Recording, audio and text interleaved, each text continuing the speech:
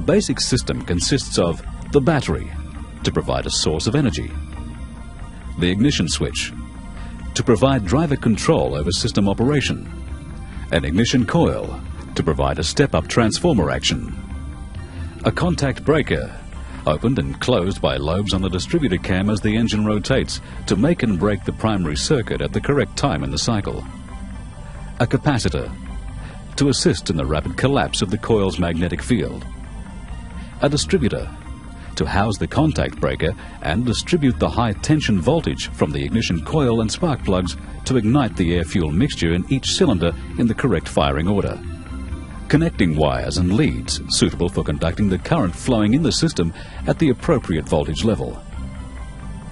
When these components are connected together, they form two distinct circuits, primary and secondary.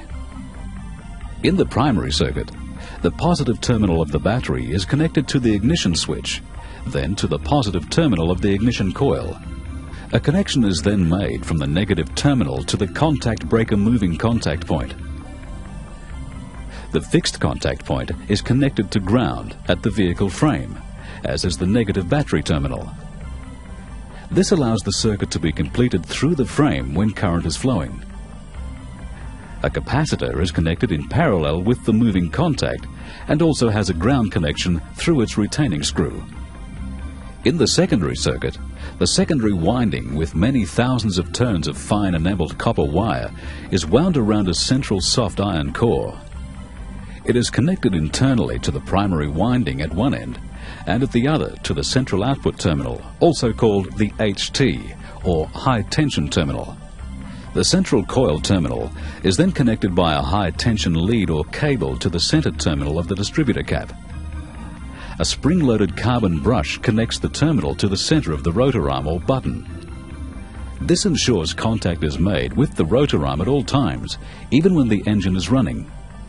As the rotor arm rotates, it lines up with the segment inside the distributor cap, which leads to the spark plug for that cylinder.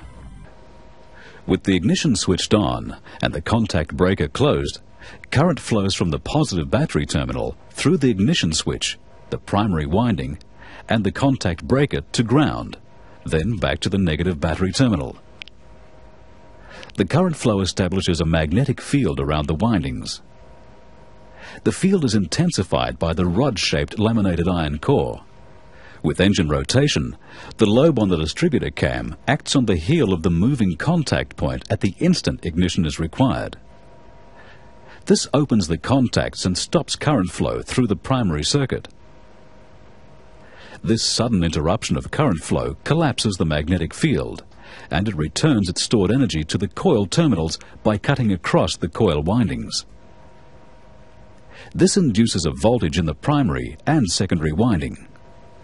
Since the secondary winding has about 100 times as many turns as the primary winding, the secondary voltage can also be about 100 times greater than the induced primary voltage. As the high tension voltage builds up across the ends of the secondary winding, a voltage level is reached where the spark plug gap suddenly becomes conductive. A spark then bridges the gap between the rotor and the distributor cap segment, and also the gap between the spark plug electrodes. The secondary circuit is from its connecting point at the primary winding to the spark plug and across its electrodes to ground. From there, it is completed through the battery and primary circuit back to its connecting point.